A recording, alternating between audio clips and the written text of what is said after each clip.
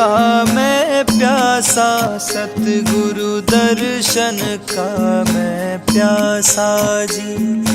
दर्शन का मैं प्यासा, सतगुरु दर्शन का मैं प्यासा जी।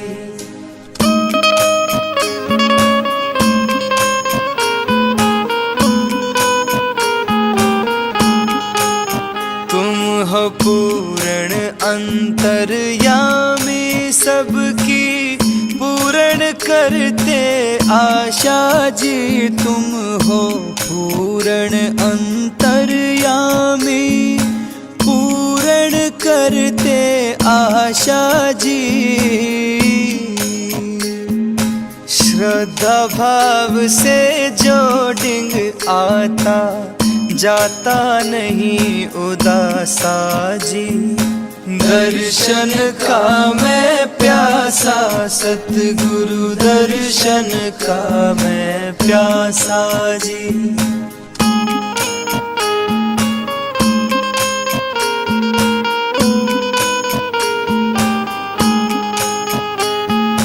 हीन दीन प्रतीत हीन हम फंसे काल की भाषा जी। बलहीन दीन प्रतीत हीन हम फंसे काल की भाषा जी। दीन दयाल बंधन मुक्त कर दियो, चरण कमल में बासा जी।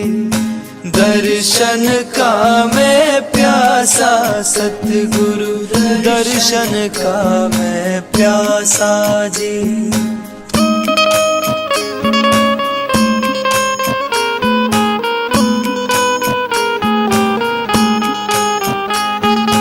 भक्ति ना जुगती ना कोई शक्ति, सोचत हुए हताशा जी।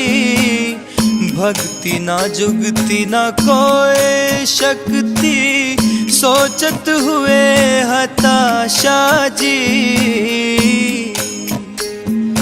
काल करम को काट के दाता, मेरे मन का मेटो सांसा जी। दर्शन का मैं प्यासा, सतगुरु दर्शन का मैं प्यासा जी।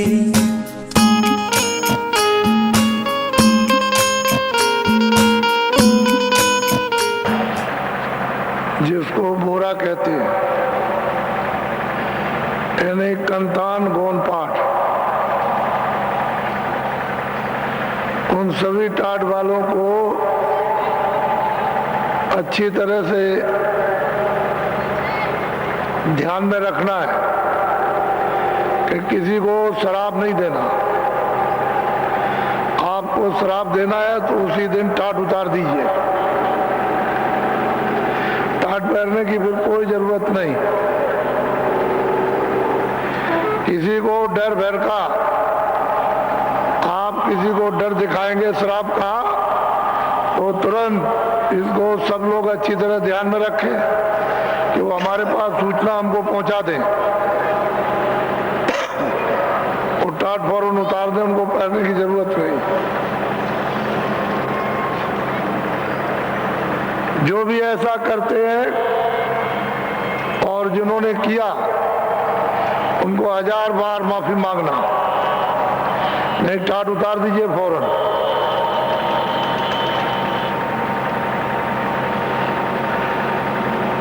दुरुपयोग मत करो, सदुपयोग करो। ये आत्मधन है, जमा किया जाता है। इसको आत्म कल्याण के लिए खर्च नहीं करना कि हम शरीर में लगा दिया। जीवात्मा के लिए बचा के संभाल कर हिफाजत से रखो।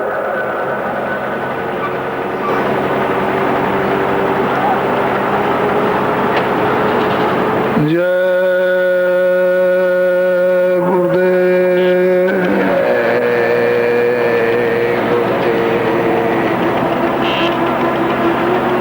जय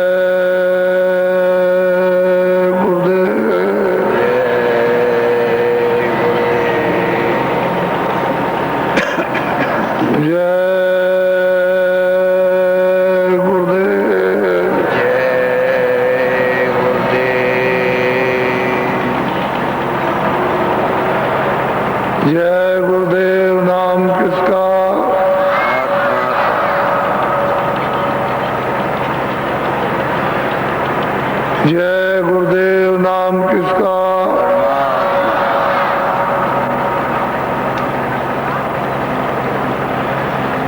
जय गुरुदेव नाम किसका?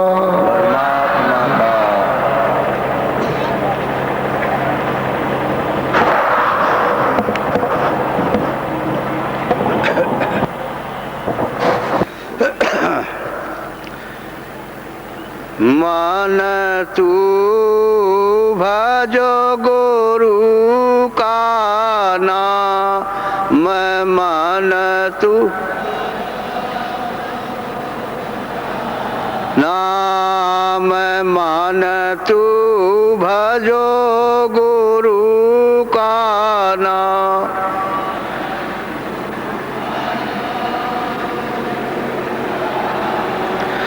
दया मेहर से नर तन पायो,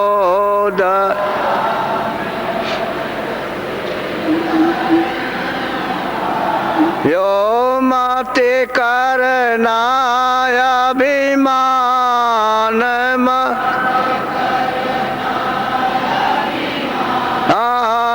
मन तू भजो गुरु का नाम, मन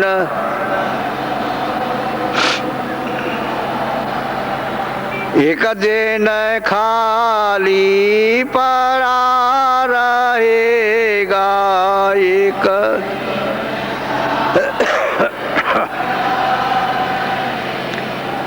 जाई बसे शमशान, जा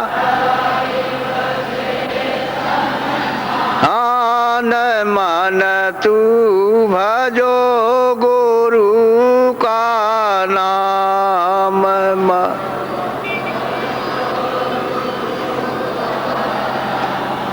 जो धन तुझे को दिया गुरु ने, जो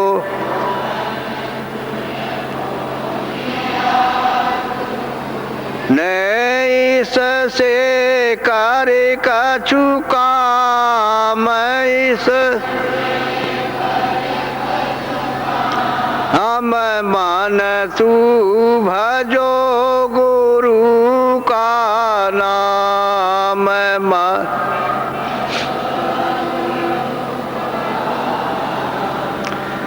अंत समय यों ही लौट जाएगा, अंत गा संग न जाई छदाम, हम मन तू भजो गुरु का नाम,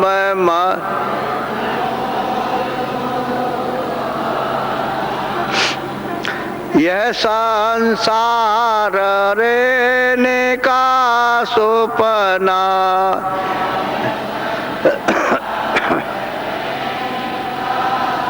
बनाया किया विश्राम,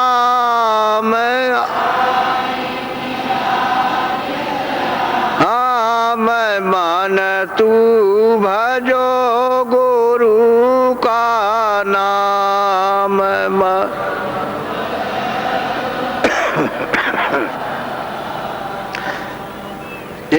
चारे देना के संगी सब है चा,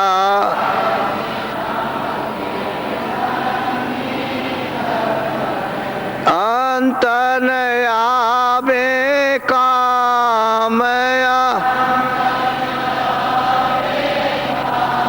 मैं मन तू भजो गुरु का नाम, मन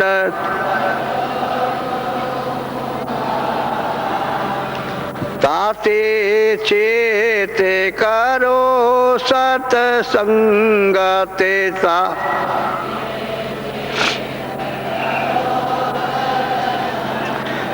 ते भजन करो आठो जाम, मैं मान तू भजो गुरु का नाम मान।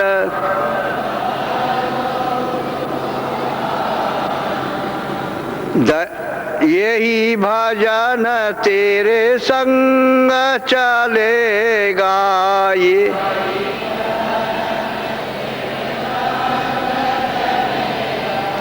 पावेगा या राम पा। मैं मान तू भजो गुरु का नाम।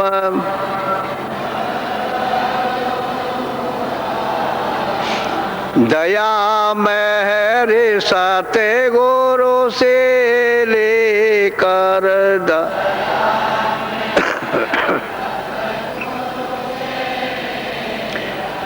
चढ़ो तेरा कोटि धाम चढ़।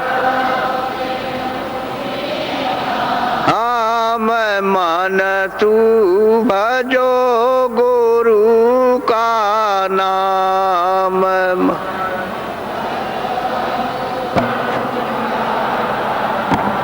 काल कर्म से बंधन छूटे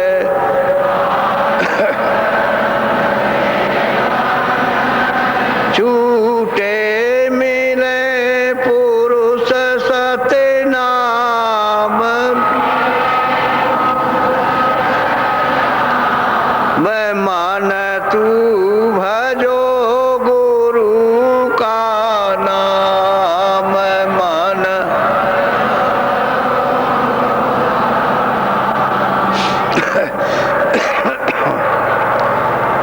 सोचते रही री बेचैन रे न दिन बाहो पछतानी।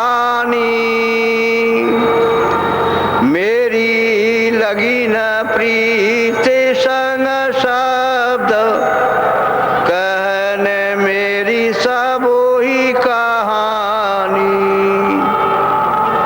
झुरत रहूं मन माहे कौन से करूं बखानी। सुनने हार नहीं सुने कहो मेरी कहा बसानी। सुनने हार नहीं सुने कहो मेरी कहा बसानी। मैं तो या जान या भागे कुटिल मोहे सब जग जानी। जो अपना कर लिया लाज अब तुम्हें समानी। सोचते रही री बेचैन रे न दिन बाहो पछतानी। मेरी लगी न प्रीत संग शब्द कहने मेरी सबोई कहानी। गोरो चौन समारे तेरा नर्तन बीता भर्म में। दारा सोत परिवार ठगिया न संग क्यों खोवई। क्यों नहीं करत पुकार जग में थ्या यह है सही। मन है बड़ा लवार सुरते न पावे निज गली। जय गुरुदेव। यह सत्य है कि संसार एक तो अंधेरा है स्वप्न है।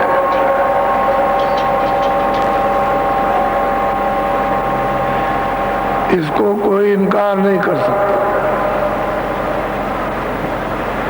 दिन में देखो जगत की तमाम चीजें सब हमारी है, तुम्हारी है। रात को सो, न तुम्हारी ना हमारी, एक स्वप्न है। जब रात्रि को सो गए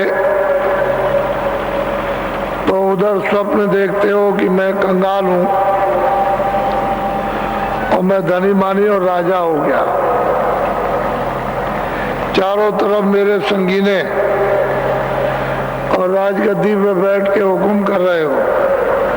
लेकिन जब आंख खुली तो सब, ना कोई संगीने, ना सिपाही, ना गाय राजगद्दी पर, जैसे के तैसे।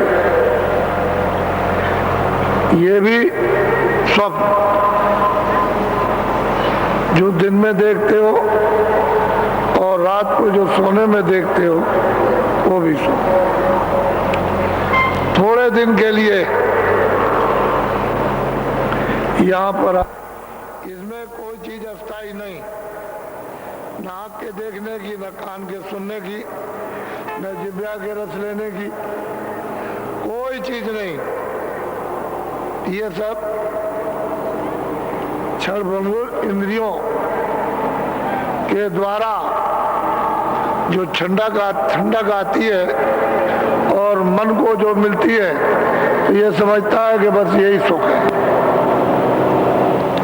यहाँ कोई आराम नहीं। ये भी स्वप्न है और वो भी स्वप्न। और मनुष्य अनमोल शरीर जो थोड़े दिन के लिए मिला है, ये भी स्वप्न है। ये काया है शरीर, उसकी एक निश्चित अवध है। समय पूरा होते ही मकान मालिक इसको ले लेता है और सूरत को, जीवात्मा को निकाल बाहर। ये भी स्वप्न है, ये भी स्वप्न है। जो देख रहे हो, सुन रहे हो, जिससे बोल रहे हो, इस शरीर से जिससे प्यार कर रहे हो, सब स्वप्न है। और सो गए जो कुछ देख रहे हो कि तुम धनी मानी हो, कंगाल हो गए, हमारे पास कुछ नहीं, आंख खुली तो जैसे के तैसे, वो भी स्वप्न। ये सारा ही खेल इस जगत का स्वप्न है। ये सत्य है। अगर सत्य होता तो हमेशा रहते आप, फिर आपका वतन होता, आपका घर होता, आपके बच्चे होते, आपकी जमीन होती, आपके मकान होते, फिर आपका धन इत्यादि आपका होता, फिर कहीं जाता नहीं, आपको नहीं छोड़ता, आप इसको नहीं छोड़ते। लेकिन ये सब राजाओं ने तमाम खजाना छोड़ दिया, तमाम सिपाही छोड़ दिए, नौकर चाकर छोड़ दिए, बाल बच्चों को छोड़ दिया, कुछ छोड़ के चले गए। तो ये चलता फिरता, अदलता बदलता, ये स्वप्नमय संसार है। और यहाँ आप ये समझ रहे हो कि हमको आराम मिल गया। ऐसे अनमोल मनुष्य शरीर में किसको आराम? चिंता रूपी सांपिन सब में लगी हुई है, वो सबको डस रही है और किसी को ये बोध नहीं हो रहा कि है क्या। तो जब तक वो महात्मा न मिले, समझाने वाले, बताने वाले, दिखाने वाले, निकालने वाले, जीवात्मा को जगाने वाले, तब तक ये कैसे जगेगा? इसको रास्ता कौन बताएगा? तो ये जीवात्मा, ये सूरत इस शरीर में दोनों आंखों के बीचों बीच मध्य भाग में बैठी हुई है। पशु में, पंछी में, कहीं भी मध्य भाग में बैठी हुई है, दोनों आंखों के दरमियान में। वो पशु हो, पंछी हो, कोई हो, छोटा से छोटा कीड़ा, बस बीचों बीच में बैठी हुई है और दो आंख सब में है, दो नाक सब में है, दो कान सब में और मलमूत्र का दरवाजा सब में। उसमें कोई किसी तरह का फर्क नहीं। जहां भी सूरत बंद की जाएगी वहां ये दो सुराख है, कान के, दो आंख के, दो नाक के और मलमूत्र। लेकिन वो अंदर बैठी हुई है। अब वो इस जाल में फंस गई और ऐसे दरवाजे पर बैठी हुई है कि ऊपर में स्वर्ग है और नीचे मृतलोक और नरकलोक, बीचों बीच में बैठी है। महात्मा मिल जाए, जानकार और अनुभवी देखने वाले, तब तो आप ऊपर चले जाओ, और महात्मा ने मिले तो नीचे गए। वो राजा हो, धनीमानी हो, गरीब हो, ब्राह्मण हो, क्षत्रिय हो, कोई किसी जात का हो, नीचे गया वो बच नहीं सकता। और महात्मा फकीर मिले तो ऊपर चले जाओ। तो दरवाजे पर बैठे हुए हो। अब इसीलिए किताबों में महात्मा फकीरों ने बताया कि मुर्शिद से मिलना, गुरु से मिलना, जानकार से, अनुभवी से, जिसने रियाज किया हो, जिसने साधना की हो और जिसकी आंख खुल गई, कान खुल गए, जो आता जाता हो, जो देखता हो, कहते हैं इसकी खोज और तलाश करो। सब जगह सबने बताया, मुसलमानों में भी है, हिंदुओं में भी है, सिखों में भी है, ईसाइयों में भी है, लेकिन हम लोग इस बात को समझते हैं, जानते ही नहीं। ऐसा चक्कर चला, ये भव चक्र, अज्ञान चक्र है, ऐसा प्रलोभन चक्र, लालच चक्र, मोह का, ममता का ऐसा चक्र चला कि सबको पीस डाला, रगड़ दिया, बिल्कुल ऐसे रगड़ दिया, किसी तरह के नहीं रह गए, बस गए। अब एक असहाय बस रह गया है जिसकी कोई मदद नहीं। अब ये दशा हो गई। अरे पहले तो तुम ऐसे थे, अब इस चक्कर में फंस करके तुमने अपने सब अंगों को, मन को, बुद्धि को, चित्त को, आंख को, कान को, दिल दिमाग को, सबको आपने गंदा कर दिया, तो बिल्कुल रगड़ गए। अब कुछ रह नहीं गया, किसी तरह से समय बिता रहे हो बस। कोई जीवन का कोई भी क्षणिक सुख भी नहीं, अस्थायी सुख तो मिलेगा नहीं, ये भी आपको क्षणिक भी शांति नहीं। तो ऐसे दिन हमारे सामने हमारे कर्मानुसार आ गिरे कि हमारा अब कोई साथी नहीं बनता। अब महात्माओं की जरूरत थी, आपको हमेशा जगाया, बताया तमाम धर्म पुस्तकों ने, लेकिन उसकी एक बात नहीं मानी। अगर महात्माओं से मिलते जुलते रहते, सुनते समझते, कुछ करते रहते, तो आज ये हालत था, ये दशा हो गई। तो दरवाजे पर बैठकर वापस जा रहे हो, 4 खानों में, 84 लच्छियों में, नरकों में, तो फिर इसके बाद फिर मौका कहाँ, समय नहीं मिले। तो जो सत्य है वो तो सत्य है, वो सबके लिए बराबर है।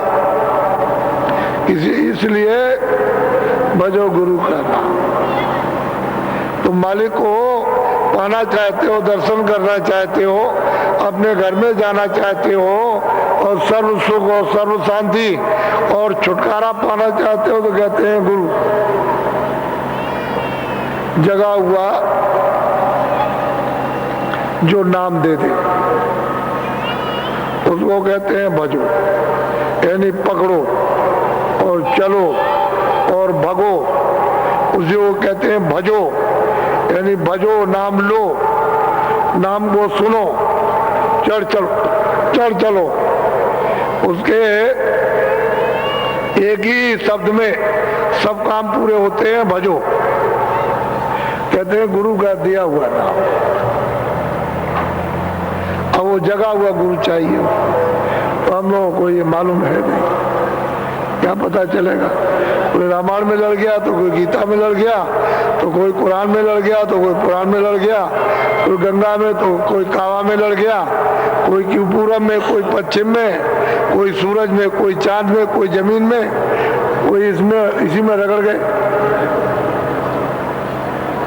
ये भी नहीं समझ पाया कि भाई मतलब एक ये है क्या ये। तो जब स्वप्नवत संसार है तो ये जो आंखों से देखते हो सभी स्वप्नवत है। ये सूरज और चांद जो भी दिखाई दे रहे हैं इनकी भी एक निश्चित अवध है और आपकी भी निश्चित अवध, इनकी थोड़ा ज्यादा आपकी कम है, इतनी बात है। अपनी अपनी समय, अपना अवध, अपनी उम्र पूरा करने के बाद पता ही नहीं चलेगा कि थे कि नहीं थे। महात्माओं की जरूरत पहले भी रही, अब भी है, आगे भी होगी, बिना उनके काम नहीं होगा। इसलिए ये संदेश है मानो आत्माओं के लिए, जीवों के लिए, सुरतों के लिए। इसको भली प्रकार अच्छी तरह से सुनना, समझना और कर लेना, यही जीवन का जो बचा हुआ शेष समय है वो आपके उपयोग में और काम में आ जाएगा और आप उसका फल प्राप्त कर लोगे। नहीं तो ये भी समय आपका भी निकला जा रहा, अभी जा रहा, देखते ही देखते ये भी निकल जाएगा। जैसा आज तन है वो अब कल नहीं, और कल के बाद महीने और साल में फिर वो नहीं है। और देखो उसका एकदम, और देखते ही देखते लापता हो जाएगा। इसलिए इस मनुष्य अनमोल तन में अपनी जीवात्मा को जगाना और वापस अपने देश में, अपने घर में, अपने खजाने में, अपने मालिक के पास इसको पहुंचाना, उसका भी रास्ता सीधा है, कोई टेढ़ा मेढ़ा रास्ता नहीं है।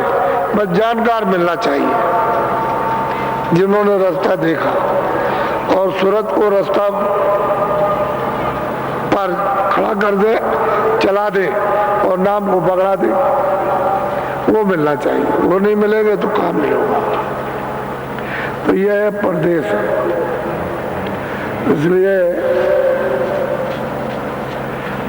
कल 27 तारीख है और 27 से और 3 तक ये 7 दिन का ये कार्यक्रम जो आपका होने जा रहा है वो कल से शुरू हो जाएगा। कल से प्रारंभ हो जाएगा। वैसे तो शाम से होता है लेकिन सुबह से ही शुरू हो जाएगा। तो घंटी आपकी जब बजेगी 7:15 पर तो आप लोग तैयार हो जाइए, चल दीजिए और 8 बजे के पहले यहाँ पहुंच जाइए मैदान में। 8 बजे से शुरू हो जाएगा। शाम को 4:30 बजे, 4 बजे घंटी बजेगी, 4:30 बजे यहाँ पर आ जाइए और शुरू हो जाएगा। ये उसका निश्चित समय है। समय से आओ, समय से पहुंचो। और जो सामानों पर रहे अदलते बदलते रहो, शाम को आप जाओ, सुबह हम जाएंगे, या सुबह आप जाओ, शाम को हम चले जाएंगे, अदलते बदलते, ताकि मतलब है सबको सत्संग मिल जाए। ऐसा नहीं कि हालत में दूर से आए और बैठे हुए हो, कुछ सुना कुछ नहीं सुना, तो आधी बात सुनी और आधी नहीं सुनी, उससे भी आपका कोई लाभ नहीं, नुकसान हो जाएगा। तो पूरी बात सुनो और पूरी समझो और समझ के पूरी चीज करो तो काम में आ जाए, अच्छा रहेगा। तो 5 दिन का तो ये कार्यक्रम सत्संग का, और 2 और 3 को भूम ज्योतक, इनका मतलब यह है कि सम्मेलन है 2 दिन का। लेकिन ये तो अभी मतलब आ ही जाएंगे, क्योंकि भीड़ तो आपको कल शाम को मालूम होगी क्या भीड़ आई है। भंडारा है 30 की रात और पहली की रात, तो भीड़ तो कल से शुरू होगी।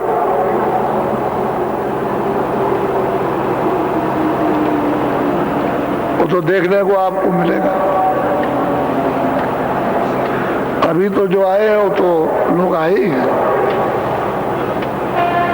क्योंकि कल शुरुआत है उसकी, प्रारंभ है। तो जो लोग सोचने लगे कि चलो भाई समय दे देंगे, तो चलो हम शुरुआत में ही पहुंच जाए। लेकिन शुरुआत होती है शाम से, तो सुबह कार्यक्रम होगा, 7:15 बजे घंटी बजेगी और आप लोग वहां से चल पड़िए और 8 बजे शुरू हो जाए। बहुत ध्यान से संलग्न एक चित होकर एक तरफ मन को, बुद्धि को रख करके उसको सुने और उसको समझे। आज जो है कुछ लोग नए आए, तो उनको तो मालूम नहीं है। वैसे 1 घंटे भजन कराता हूं, तो आज आपको 35 मिनट भजन पे बैठना पड़ेगा। जो नामदानी है वो 35 मिनट भजन पर बैठेंगे। जिनको नामदान नहीं मिला है उनको कल शाम को मिल जाएगा, कल उनका नामदान हो जाएगा, वो भी भजन करने लगे। कल ही से शुरू कर दे, और सही सच्चा रास्ता, इसमें कोई इधर उधर की कुछ चीज नहीं, और इसमें कोई इधर उधर की कूच करेज नहीं, सीधा रास्ता। मनुष्य मंदिर में जीवात्माओं के घर में जाने का है, इसी मनुष्य मंदिर से गया हुआ है। ये मनुष्य मंदिर है, इसी मनुष्य मंदिर में वो मालिक बोला और इसी में सुनाई देगा, दिखाई देगा।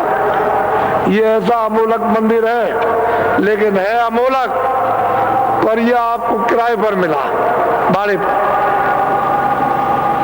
और समय पूरा होते ही वो अपना मकान ले लेगा मंदिर को। उसको मतलब है खाली कर देगा कि तुम निकलो और बाकी वाला मकान मुझे दे दो। तो फिर ये अमोलक जो मंदिर है, मनुष्य मंदिर, यह आपको कितने सतयुग, त्रेता, द्वापर, कलयुग बीत जाएंगे तो नहीं मिलेगा। इसलिए इससे काम ले लो, आपका नहीं है। तो 35 मिनट, यानी वैसे तो जो लोग करते हैं वो 1 घंटा, लेकिन आप पहली बार थक जाओगे, सोचोगे कि भाई 1 घंटा बहुत देर हो गई, तो 35 मिनट आप भजन करेंगे। नियम उसका यह है कि 15 मिनट सुमरन। जैसे आज बैठो तो 15 मिनट सुमरन करो, सुमरन कीजिए आप। बाकी जो शेष समय बच जाए वो भजन में बैठ जाइए। और सुबह जब वहां से जब चलो तो एक खाली बैठे मत रहो, पहले आप ध्यान करो, ध्यान में बैठ जाओ, अपना आप काम करने लगो। जिनको नामदान मिला है या मिल जाएगा, वो अपना अपना काम करो, ताकि जहां जिस लिए आए वो काम होना चाहिए। तो दूर से चल करके आए हो, बाकी और जितने लोग आए हैं कि भाई हम बीमार है, ये बीमार है, वो बीमार है, लड़का है, लड़की है, ये है, वो है, ये तो आपको वैसे भी लाभ होगा, सबको लाभ होता है। वैसे इसके झगड़े मत पड़ो, अपनी अपनी बात कह डालो। ये तो सब कर्मों का मुजरा है, उसमें थोड़ी सी मदद आपको मिल जाएगी, लेकिन हिसाब करता तो अपना लेगा, उसका तो लेन देन कर्मों का है, वो तो मैं ब्याज के आपसे छोड़ेगा नहीं। लेकिन इसमें महापुरुषों की कृपा हो जाए तो थोड़ी सी रियायत, इतनी सहूलियत, कुछ दया हो जाएगी तो तकलीफ कम महसूस होगी, कम मतलब मालूम होगी, तो वो तो होता ही रहेगा। उसमें क्यों फंसते हो, अपनी बात कह डालो, हमको ये तकलीफ, हमको ये तकलीफ है, और फिर जब ये कह दिया जाए कि दवा ले लो, तो उसी दवा के साथ दुआ, और तुम दवा नहीं लोगे तो फिर महात्माओं की दुआ नहीं मिलती। वो तो आपने दवा बहुत की, तो हम भी जानते हैं। तुमने तमाम दवा की, तमाम धन दौलत खर्च किया, लेकिन वो बात तो अलग हो गई। अब फिर से दवा करो, और दुआ अलग चीज है, दवा अलग। तो दवा के साथ दुआ काम करे, लेकिन आप बस अभी रट लगाए रहोगे बत्ती है, फिर नहीं, फिर उसकी जिम्मेदारी आप। तो तरीके से कोई काम हो जाता है, उसमें आराम मिल जाता है। और बेतरीके से रहोगे तो बस। तो अभी मैं आपको बैठाऊंगा, क्योंकि आज तो 26 तारीख है, 27 तो है नहीं। तो थोड़ा सा आप बैठ जाएंगे, ऐसे बैठ जाओ, ऐसे पंथी। इसीलिए कहता हूं कि थोड़ा जगह लेके बैठो। जब आप ऐसे बैठोगे तो आपका बदन कोई छुए नहीं, ताकि कोई धक्का मार दे तो ध्यान टूट जाए या हमारा सुमरन खंडित हो जाए। तो आप सुमरन करेंगे पहले, और तुरंत जब सुमरन हो जाए तो फौरन ध्यान पे बैठ, भजन पे बैठ जाइए। और कपड़ा डाले रहो, बस आसन बदल दीजिए, ऐसे बैठ जाइए। बाद आसन बदल जाएगा। अभी ऐसे बैठे हो, जब भजन पे बैठोगे आसन बदल दीजिए, और फिर ध्यान दे करके उस आवाज को, उस नाम को, उस शब्द को सुनो बहुत गौर के साथ। उसमें ये रखो कि मन, बुद्धि, चित्त कहीं जा तो नहीं रहा उतनी देर, उतने समय के लिए। अगर मालूम हो जाए कि वहां चला गया, तो धीरे से ले आओ कि देखो भाई, ये मतलब है तुमको काम करना है असली, तो थोड़ा सा यहाँ रुके रहो, पहले ये काम कर लो, फिर उसके बाद चलेंगे, वो भी कर लेंगे।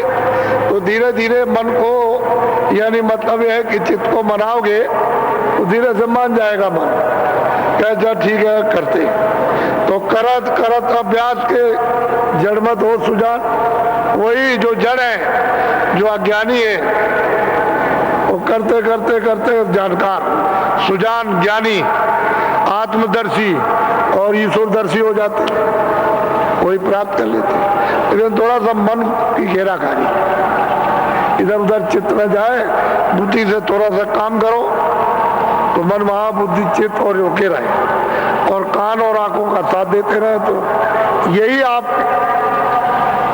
ये सबसे बड़ी मेहनत। शारीरिक कोई कष्ट नहीं, शरीर के लिए कुछ कष्ट नहीं होगा किसी तरह, बस खाली मन, बुद्धि, चित्त की घेराकारी है।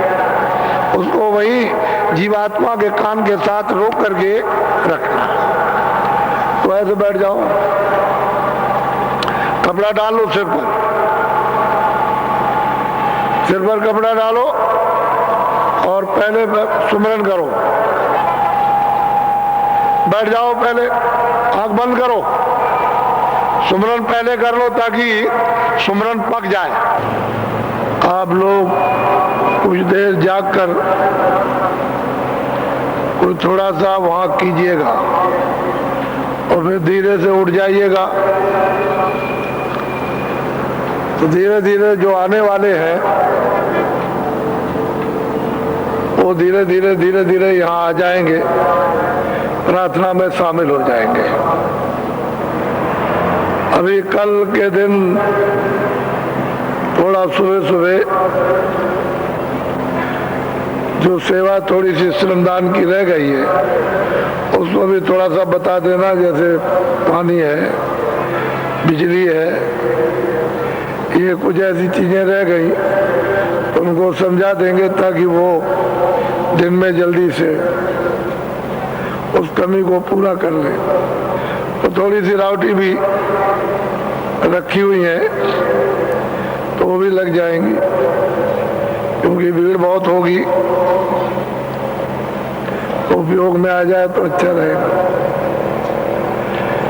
यह है कि सुबह जब आओ तो फरुआ लेते आना, उनकी सुबह सुबह जरूरत पड़ेगी। और जितने भी राज हैं 12-13, या कोई नया आ गया हो राज कारीगर, तो अपनी वो कन्नी वसूली लेता आएगा। बहुत जरूरी है सुबह ही प्रार्थना में लेते हैं, तो थोड़ी बहुत सेवा एवा कहीं श्रमदान करना होगा तो थोड़ा सा हो जाएगा। इसके बाद तो कल दोपहर के बाद फिर तो भीड़ एकदम उमड़ेगी, फिर बड़ा मुश्किल होगा। जो जहाँ कहीं नल के नीचे रह गया फर्श बनने को, वहाँ ईंटा लगा दीजिए, उससे काम हो जाएगा। क्योंकि पानी गिरेगा तो फर्श टूट जाएगा, उसका उपयोग नहीं हो पाएगा, तो ईंटा बिछा दो। तो नई नई जगह जहाँ बन गया वो तो ठीक ही है। अब लोग नए आते हैं तो यहाँ भी बना दो, यहाँ भी बना दो, ईंटा बिछा लीजिए, उससे काम हो जाएगा। ये थोड़ी बहुत छुट-फुट जो सेवाएं रह गई तो सुबह प्रार्थना में जरूर आ जाओ। बाकी बूढ़े बच्चे इनको जरूरत नहीं है, ये तो बस तैयारी सुबह करें, 7:15 बजे घंटी बजेगी और 8 बजे तक सब लोग आ जाओ। ये थोड़े बहुत श्रमदान करते हैं उनके लिए।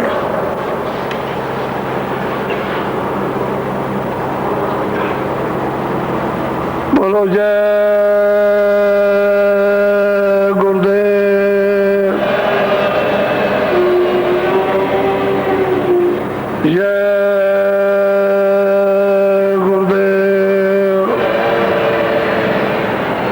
देखो कल से आपके यहाँ प्रधान और सरपंच जो आपके गांव के हैं वो आएंगे, तो उनको आप लोग एक पर्ची दे देंगे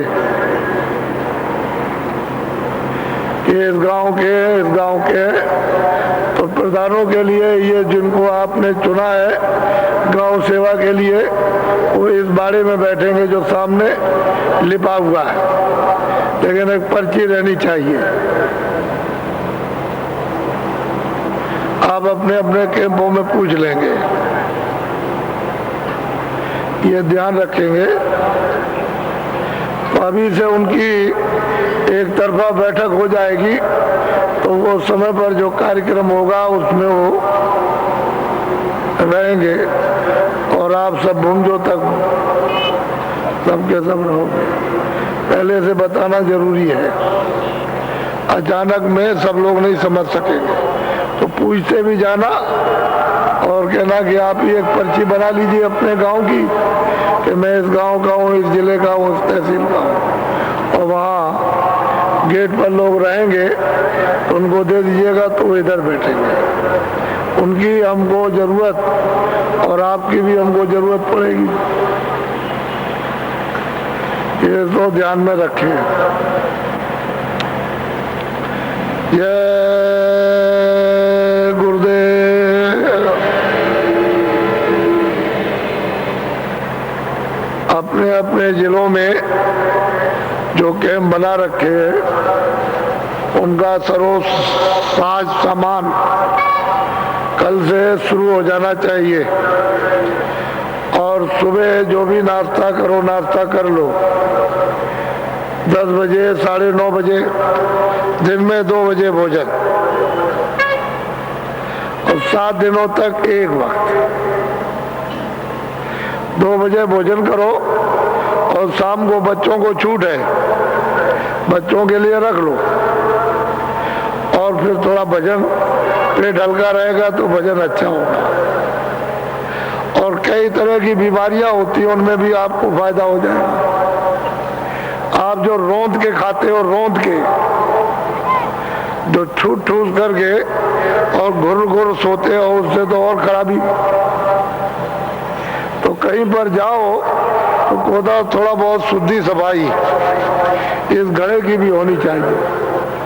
तो बहुत है, इतना जरूरत के लिए काफी नाश्ता किया और दिन में भोजन अच्छी तरह कर लिया। शाम को चाय पी सकते हो, दूध पी सकते हो। जितने भी लोग नामदानी बच्चों को छोड़ करके आगे एक टाइम भोजन, नाश्ता और भोजन। सुबह जो भी नाश्ता करो कर लो, और दिन में भोजन वो 1:30-2 बजे, वो बहुत है, तब तक शाम हो गई। तो सत्संग रहेगा तो दूध पी लिया, नहीं तो चाय पी ली, और भजन। इसलिए दूर से आ रहे हो, इतने दूर से आ रहे हो तो उसका धन है, समय है, शरीर है, जो घर बार छोड़ा है उसका उपयोग होना चाहिए। और वो शरीर के लिए भी भला है और आत्म कल्याण, दोनों बातें। इधर शरीर भी ठीक होगा और सूरत भी जगेगी। फिर रोज करके ठूसा ढांसी मत करो। ये तो मैं जानता हूं कि यहाँ भूख लगेगी आपको, ये तो, लेकिन यह है कि थोड़ा भजन भी थोड़ा कर लो। इतनी दूर आए हो तो ये आपको करना है। इसके बगैर कोई काम घर का, परिवार का, अपने बच्चों का या समाज का, देश का नहीं होगा। ये आप गांठ में बांध लीजिए, ऐसे नहीं। और तुम भी भजन करोगे, हम भी करते हैं, तो ये थोड़ी कि हम नहीं करते, ऐसा नहीं। महात्मा आखिर दम था, भजन करते हैं जब तब तक शरीर में, तो दूसरे का बोझा उठा के नहीं फेंकेंगे तो करेंगे क्या? फिर वो तो लद जाएंगे। तो दूसरे का बोझा उठाएंगे, उसको साफ करेंगे, तभी काम बनता है। बोझा लादा नहीं जाता, बोझा लेकर के उतार दिया जाता, धो दिया जाता, तो लगे रहते दोनों कामों में। बोझा उतारते भी हैं, धोते भी हैं, और अपने को साफ। वह आप सब जितने भी होशियारी के साथ सत्संग सुनेंगे, जो कहा जाएगा उसको समझे। और जितने भी नए लोग आते हैं, आपका ये काम है कि सबकी इच्छा उचित सेवा, सेवा सम्मान सत्कार, ये तो बड़ी चीज है। सेवा सम्मान सत्कार छोड़ दिया तो इसी से तो ये सब दुख के कारण बन गए। और मैं अब मोहब्बत प्यार टूट गया, उसमें लग गई आग, बस सब मजा ही खत्म हो गया सबका। असल में जुड़ने का काम करो, आग लगने का काम मत करो। मोटी सीधी सादी बात। और इतने लोग आएंगे, हमको तो अधिकारी कर्मचारियों की व्यवस्था में बाधा डालना ही नहीं। ऐसे हम कल इनसे पूछ लेंगे कि अगर ये मथुरा चाहेंगे कि हम मथुरा देख लें, तो हम अधिकारियों से प्रार्थना कर देंगे कि आप लोग अगर इजाजत आदेश दें तो हम इनको भेजने देखे आएंगे। उधर द्वारकाधीश मंदिर जमुना और चले आएंगे। आपकी व्यवस्था में कोई बाधा नहीं डालता, यहाँ एक काम नहीं होता। ये थाने के कर्मचारी अधिकारी रहते हैं, वही हमारे लिए बहुत है।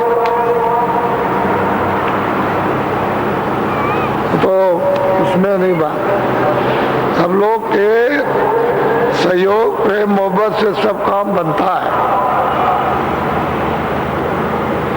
इसलिए आप बोलो जय गुरुदेव। एक बात और है कि जब आप उधर आश्रम में जाओ तो जो भी सामान खेतों में खड़ा हुआ है कुछ नहीं उखाड़ेंगे। जो वहां से भंडारे में आ जाए उसको लीजिए। अब गांव में कोई चीज खड़ी है और आप लोग उखाड़ लें तो उसको क्या मिलेगा? तो सब अपनी अपनी जगह जो चीज आपको मिल जाए उसको सेवन कीजिए, क्यों? वो तो सब चीज भंडारे में आती है। तो धीरे धीरे सब उस तरतीब से सब काम, घर में कह दे सामान रखा है लेके चल दे, तो फिर आपका मतलब ये कैसे काम होगा? सब तरकीब, हिफाजत, उपाय से काम होता है। कोई नहीं छुएगा। ये भी तो एक गांव की तरह से। जय गुरुदेव, जय गुरुदेव नाम किसका, जय गुरुदेव नाम किसका।